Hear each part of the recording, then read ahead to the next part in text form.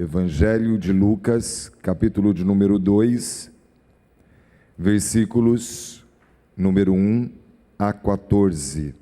Evangelho de Lucas, capítulo de número 2, versículos 1 a 14. Nós estamos dando sequência à série de sermões, o Natal da Bíblia. Encerraremos no dia 24 essa série de sermões. Você com certeza estará aqui para ouvir também esta mensagem da Palavra de Deus. Evangelho de Lucas, capítulo de número 2, versículos 1 a 14. Vamos lá? Diz assim a Palavra de Deus: Naqueles dias foi publicado um decreto de César Augusto, convocando toda a população do império para recensear-se. O primeiro recenseamento foi feito quando Quirino era governador da Síria. Todos iam alistar-se, cada um à sua própria cidade. José também saiu da Galiléia, da cidade de Nazaré, e foi para a Judéia, até a cidade de Davi, chamada Belém, por ser ele da casa e da família de Davi, a fim de alistar-se com Maria, sua esposa, que estava grávida. E aconteceu que, estando eles ali, chegou o tempo de ela ter a criança. Então Maria deu à luz ao seu filho primogênito, enfaixou o menino e o deitou numa manjedoura, porque não havia lugar para eles na hospedaria. Havia naquela mesma região pastores que viviam nos campos e guardavam seus rebanhos durante as vigílias da noite. E um anjo do Senhor desceu onde eles estavam, e a glória do Senhor brilhou ao redor deles, e ficaram tomados de grande temor. O anjo, porém, lhes disse: Não tenham medo. Estou aqui para lhes trazer boa nova de grande alegria, que será para todo o povo. É que hoje, na cidade de Davi, lhes nasceu o Salvador, que é Cristo o Senhor. E isto servirá a vocês de sinal. Vocês encontrarão uma criança envolta em faixas e deitada em manjedoura. E de repente apareceu com um anjo uma multidão do exército celestial, louvando a Deus e dizendo, vamos lá todos juntos? Glória a Deus nas maiores alturas e paz na terra entre os homens a quem Ele quer bem. De novo, glória a Deus nas maiores alturas e paz na terra entre os homens a quem Ele quer bem. Vamos orar mais uma vez? Obrigado, Senhor, pelo acesso à Tua palavra, palavra viva, eficaz e transformadora.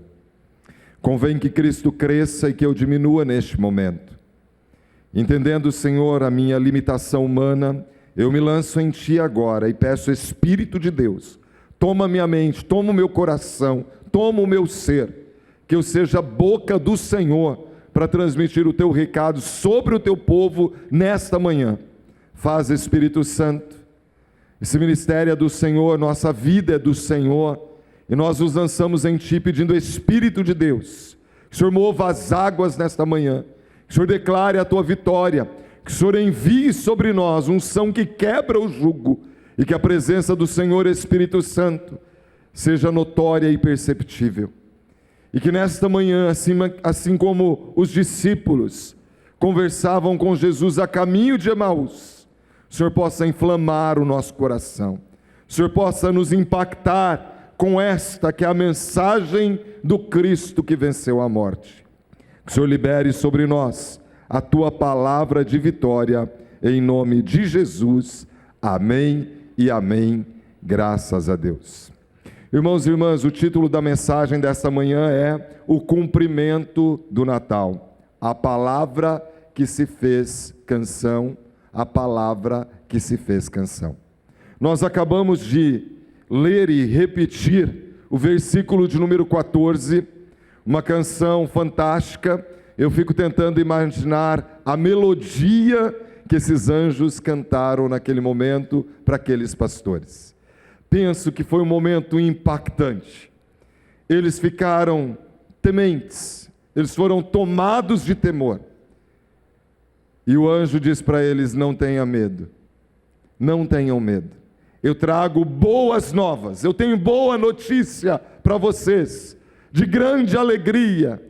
É algo que vai mudar a realidade de vocês, transformar a realidade de vocês.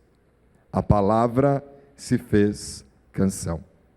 Lucas, ao escrever esse evangelho, ele tem o intuito de mostrar que Cristo é o Messias que haveria de vir. Tanto que várias vezes ele faz alusão às profecias do Antigo Testamento se cumprindo no Novo. E esse texto começa relatando o que aconteceu. Um recenseamento. Naquela época o IBGE não passava na porta. As pessoas tinham que ir na sua cidade natal, cidade onde nasceram, para recensear. César Augusto, maior imperador da época, a celebridade da época, o homem mais poderoso, ele determina que houvesse o censo.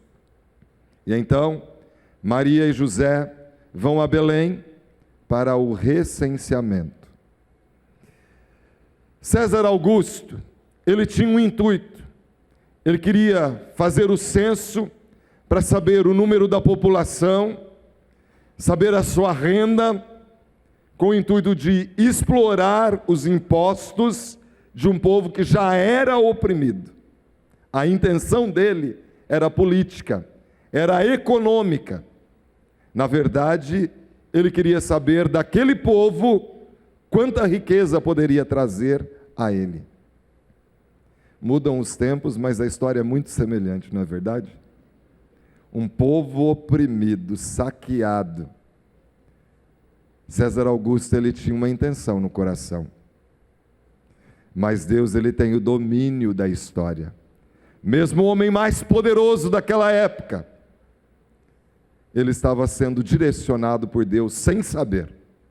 Porque quando Deus quer fazer ou cumprir o projeto dele, ele usa até ímpios para abençoar o seu povo.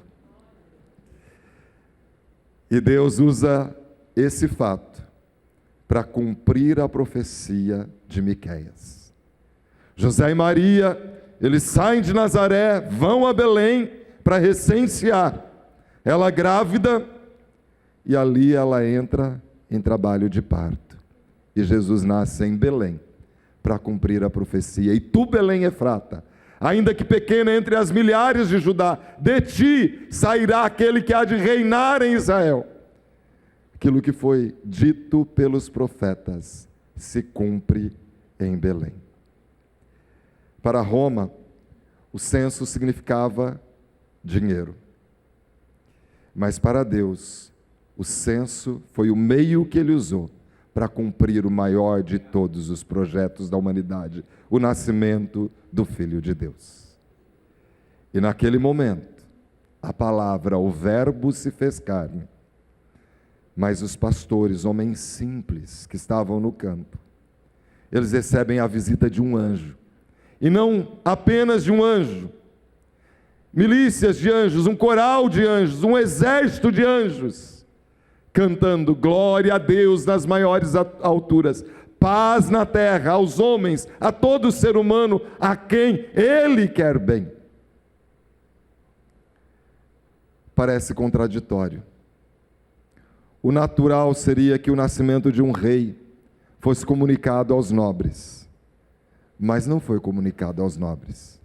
Não foi a Quirino, não foi a César Augusto. Aliás, esse título Augusto é um título que era utilizado para se referir às divindades. E esses homens poderosos, eles se sentiam deuses, a ponto de eles mesmos darem a si esses títulos. Já pensou nisso? A prepotência, a arrogância do ser humano. Mas o Cristo, o Rei dos Reis, ele nasce num lugar humilde. E quem é comunicado do nascimento de Jesus são os humildes, são os pastores, homens que viviam no campo, anunciado como melodia. O verbo, a palavra, se torna canção. O poder da música. A música ela toca os corações. A música, ela quebranta. A música tem caráter pedagógico. A música, ela direciona. Nesses dias em que parece que todos os caminhos levam aos shoppings, a gente pode perceber isso. Os marqueteiros de plantão, de manhã, quando o shopping abre, eles colocam uma melodia tranquila, para que as pessoas possam entrar ali e ficar, e o lugar começa a ser ocupado, dando a impressão de movimentação. Mas quando o shopping está superlotado, eles mudam a música, colocam uma música mais ritmada, para que as pessoas possam ser mais ágeis no seu consumo e na sua compra, e deem lugar para outros também gastarem, e assim aumentar a rentabilidade. Mas olha como a música pode influenciar. Dia desses eu ouvi uma reportagem de que a música em 432 Hz, ela tem capacidade de acalmar o coração, diminuir a pressão arterial, dar mais poder de concentração e, em alguns casos, cooperar com a cura. Já pensou nisso? O poder da música. A música se fez canção. Deus parece que estrategicamente usa algo tão impactante para anunciar o nascimento do seu filho. Contam que quando Hitler, com seu coração maldoso, ele matou 6 milhões de judeus. Em 1940, contam que um trem estava levando judeus em direção a Auschwitz. E ali estavam muitos homens, mulheres, frágeis, sabendo do seu destino, que seu destino era a morte. E muitos dentro daqueles vagões, eles choravam e oravam. Eles clamavam pela intervenção de Deus. Eles estavam entristecidos. E conta a história que um rabino assídico é um rabino que é ultra-ortodoxo, aqueles bem tradicionais. Ele compunha músicas baseadas nas Escrituras. E então, naquele momento, ele compôs uma melodia, cuja letra diz, uma das frases da música é: eu creio com plena fé na vinda do Messias. Eu creio com plena fé na vinda do Messias. E para aquele povo que vivia, povo judeu que vive até hoje, na expectativa do Messias, aquela música trouxe esperança. Então esse rabino, ele quis que perpetuasse a melodia, essa música. E a história conta que 2 daqueles judeus conseguiram fugir levando a música. E quando em Jerusalém pôde-se celebrar a organização do Estado de Israel, essa música foi entoada, celebrando a fé em meio ao caos. A música que dá esperança. De uma forma semelhante, Deus usa a música para trazer uma mensagem. Mas não a mensagem da esperança da vinda do Messias. A mensagem cantada pelos anjos é: o Messias chegou, Ele é o nosso libertador, Ele é aquele que traz esperança para o coração aflito. Ele traz vida a um estado de morte. O poder da música que traz esperança. E por isso nós temos o título dessa mensagem: a palavra que traz esperança. Glória a Deus nas maiores alturas, paz na terra aos homens a quem Ele quer bem. E o que esse texto nos ensina, o que essa verdade nos ensina, o que essa música nos ensina? Ela nos ensina o cumprimento do Natal. O Messias que haveria de vir se cumpriu, Ele veio. O cumprimento do Natal é a resposta para o mal. O povo que andava em trevas viu grande luz.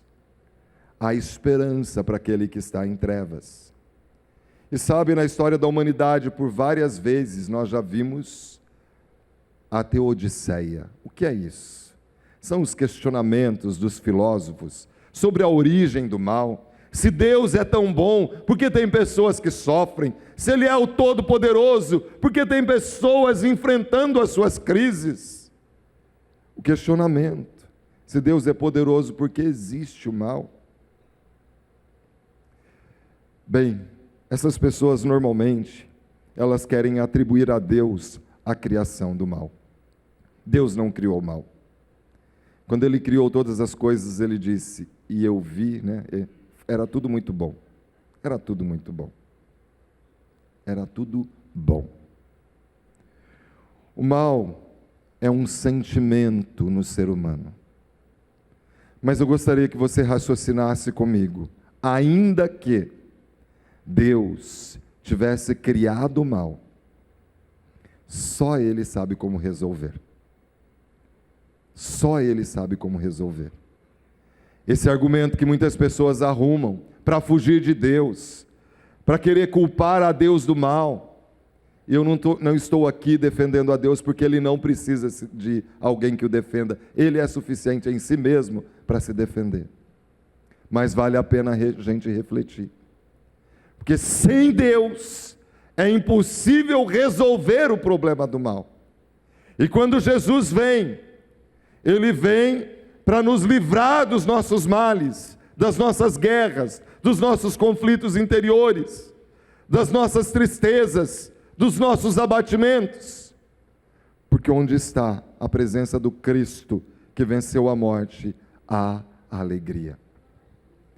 Muitos teólogos, muitos filósofos passaram a sua vida inteira discutindo sobre essas questões do mal.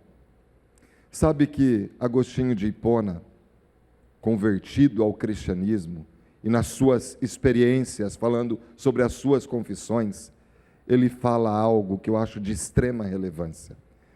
Ele diz o seguinte, ele levanta também uma questão filosófica. Ele diz, o mal é apenas a ausência do bem, assim como a escuridão é a ausência da luz.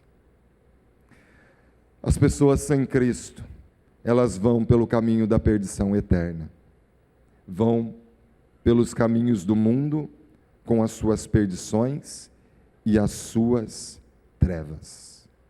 Deus não fez um tratado filosófico, Ele não enviou um tratado filosófico. Deus enviou o seu Filho Jesus Cristo. Ele é o Redentor e o Salvador da humanidade. E por isso, eu e você sabemos que Deus não permaneceu distante. Ele se torna homem para se aproximar de mim e de você e abrir um novo e vivo caminho para que eu e você tenhamos perfeito acesso ao trono da graça. O Todo-Poderoso se fez frágil. Aquele que é o ser todo grandioso se torna um pequenino bebê, para que possa se identificar comigo e com você nas nossas lutas, nos nossos choros, nas nossas lágrimas. Ele diz, paz na terra aos homens a quem Ele quer bem. Ele se identifica com a nossa dor. Por isso, o cumprimento do Natal é a resposta de Deus, trazendo solução para o mal. Mas o cumprimento do Natal também nos mostra que os olhos de Deus estão abertos aos menores dos homens. É impressionante como esse texto, ele começa falando, como eu disse há pouco, dos homens mais poderosos. Mas no versículo 8, há uma mudança abrupta. Ele começa enaltecendo, de alguma forma, os poderosos, a determinação, aqueles que regem, aqueles que direcionam. Mas no versículo 8 vem o anúncio aos pastores. Homens simples. Muitas vezes nem eram proprietários daquela terra. Eles eram funcionários de grandes fazendeiros. Muitas vezes, homens rudes, vivendo de forma muito limitada, alimentação precária, cuidando de animais e rebanhos que nem eram seus, analfabetos, homens que, em alguns momentos, eles eram considerados pelos grandes religiosos como impuros, porque não conseguiam cumprir os rituais da lei. Homens que a palavra deles nem muitas vezes tinha crédito nos tribunais, porque eram homens iletrados, muito simples. Mas o anjo não vai levar o anúncio a César Augusto, a Quirino. Ele leva aos pastores. Sabe o que significa esta mensagem? Significa que o evangelho nem sempre ele chega nos palácios. Às vezes ele chega na área rural, entre os simples e humildes de coração.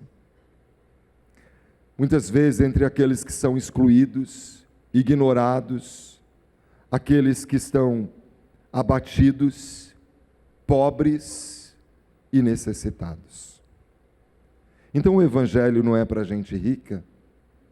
Há tanta gente que tem dinheiro, mas é pobre em seu interior, porque ainda não compreendeu que existe um caminho. Há muita gente carente, com fome de pão, porque não entendeu que Jesus é o pão vivo. O que esse texto está dizendo é que a salvação não se compra. Pode-se ter poder, dinheiro e riqueza. Salvação, ela foi dada gratuitamente por Cristo Jesus. Custou um alto preço. Ele pagou o alto preço. Mas Ele veio para socorrer a mim e a você, nas nossas lutas, nas nossas fragilidades. Essa é a profecia que está em Isaías capítulo 61, versículos 1 a 3, a minha versão aqui, a Nova Almeida atualizada, diz assim: o Espírito do Senhor está sobre mim, apontando aqui para Jesus, o profeta messiânico, porque o Senhor me ungiu para pregar boas novas aos pobres, enviou-me a curar os quebrantados de coração. A mensagem é para aqueles que, em humildade, entendem: eu não posso salvar a mim mesmo, eu necessito de um Salvador, eu sou miserável, pobre, cego e nu, mas eu creio no Rei dos Reis, o Senhor dos Senhores, que tem herança para mim. Ouro será assoalho para nós lá na eternidade. E ele diz: enviou-me a curar os quebrantados de coração, a proclamar libertação aos cativos e a pôr em liberdade os algemados. Meus irmãos, na noite da libertação, quantas pessoas chegam aqui algemadas pelo diabo, são ministrados na palavra, são libertos pelo poder do nome de Jesus, o Messias que nasceu, porque Jesus veio libertar os cativos. Em Cristo Jesus, eu e você somos livres, e nós precisamos viver como um povo livre, não como um povo derrotado, cabisbaixo, angustiado, porque há esperança para você, há esperança para mim. Ele diz: a apregoar o ano aceitável do Senhor e o dia da vingança do nosso Deus, a consolar todos os que choram e a pôr sobre os que choram em Sião uma coroa em vez de cinzas, óleo de alegria em vez de pranto, manto de louvor em vez de espírito angustiado. Eles serão chamados carvalhos de justiça, plantados pelo Senhor para a sua glória. O Evangelho de Jesus, ele veio e a glória do Senhor se manifestou para que eu e você não vivamos mais presos aos rudimentos deste mundo. A nossa pátria é celestial. E quando eu e você conhecemos essa verdade, nós não andamos mais como cegos, sem rumos, porque nós sabemos do nosso destino. O Evangelho veio para abrir olhos e trazer esperança, mesmo para o menor de todos os seres humanos. Eu não sei como foi a sua educação, eu não sei das crises que você tem enfrentado. Quem sabe alguém que exercia ou exerce autoridade sobre você já trouxe palavras malditas, dizendo que você é um derrotado, que não há esperança para você. Jesus é a esperança para o coração ferido. Não fique preso àquela criança ferida. Socorra aquela criança que foi ferida lá na infância. Porque há esperança no Evangelho de Cristo para um novo tempo. Caminhe como alguém que morreu, mas ressuscitou em Cristo. Esse Natal, eu e você precisamos nos apropriar da verdade do Evangelho. A palavra que se torna a canção. Em Cristo, há o cumprimento do Natal e a resposta para o mal. Ele veio para esmagar a cabeça da serpente. Em Cristo nós temos o cumprimento do Natal que nos mostra que os olhos de Deus estão sobre os menores de todos os homens. Mas em Cristo eu e você temos o cumprimento do Natal que revela a glória de Deus. O que é glorificar alguém? Glorificar alguém é tornar esse alguém conhecido pelos seus atributos. Quando Cristo vem, Ele vem para trazer a glória do Pai, para mostrar que Ele é Deus, e mostrar o amor de Deus. Quem é esse Deus que eu e você servimos? Em Cristo nós vemos o próprio Deus. Ele veio para se relacionar comigo e com você, para estreitar relacionamento e intimidade. O autor aos Hebreus, no capítulo 1, a partir do versículo 1 até o versículo 4, ele diz assim: antigamente Deus falou muitas vezes e de muitas maneiras aos pais pelos profetas, mas nestes últimos dias nos falou pelo Filho, a quem constituiu herdeiro de todas as coisas e pelo qual também fez o universo. O Filho é o resplendor da glória de Deus. Ele reflete quem é Deus, o resplendor da glória de Deus e a expressão exata do seu ser, sustentando todas as coisas pela sua palavra poderosa. Depois de ter feito a purificação dos pecados, assentou-se à direita da majestade nas alturas, tendo se tornado tão superior aos anjos, quanto herdou mais excelente nome do que eles. Há poder no nome de Jesus. E eu e você podemos reconhecer que Jesus é o Cristo, que veio para revelar quem é esse Deus, que um dia na eternidade planejou a minha salvação, a sua salvação, quando o nosso destino era o inferno, a perdição eterna. Ele nos resgatou. A palavra de Deus diz que Ele nos escolheu lá em Efésios capítulo 1, antes da fundação do mundo. Ele planejou a sua vida. Você não é um acidente do acaso. E Ele planejou a sua redenção, a sua salvação. Eu e você precisamos viver como este povo. Esse povo que foi livre, porque Cristo veio. Ele tornou-se um de nós. Ele se identifica com o ser humano. Talvez não esperado com pompa e circunstância, com toque de trombetas e todo o aparato militar para recebê-lo. Veio para o que era seu. Os seus não receberam, mas a todos quantos receberam, deu-lhes o poder de serem feitos filhos de Deus. Em Cristo eu e você não somos bastardos. Nós somos filhos adotados legalmente. E filho adotado legalmente tem direito à herança. Nós vamos reinar juntamente com Cristo. Que privilégio. Jesus, Ele marca a história em antes dele e depois dele. Ele revela a sua glória na cruz. Quando Ele nos substitui. Quando Ele paga um preço que era meu. Um preço que era teu. Romanos 3:23 diz: todos pecaram e carecem da glória de Deus.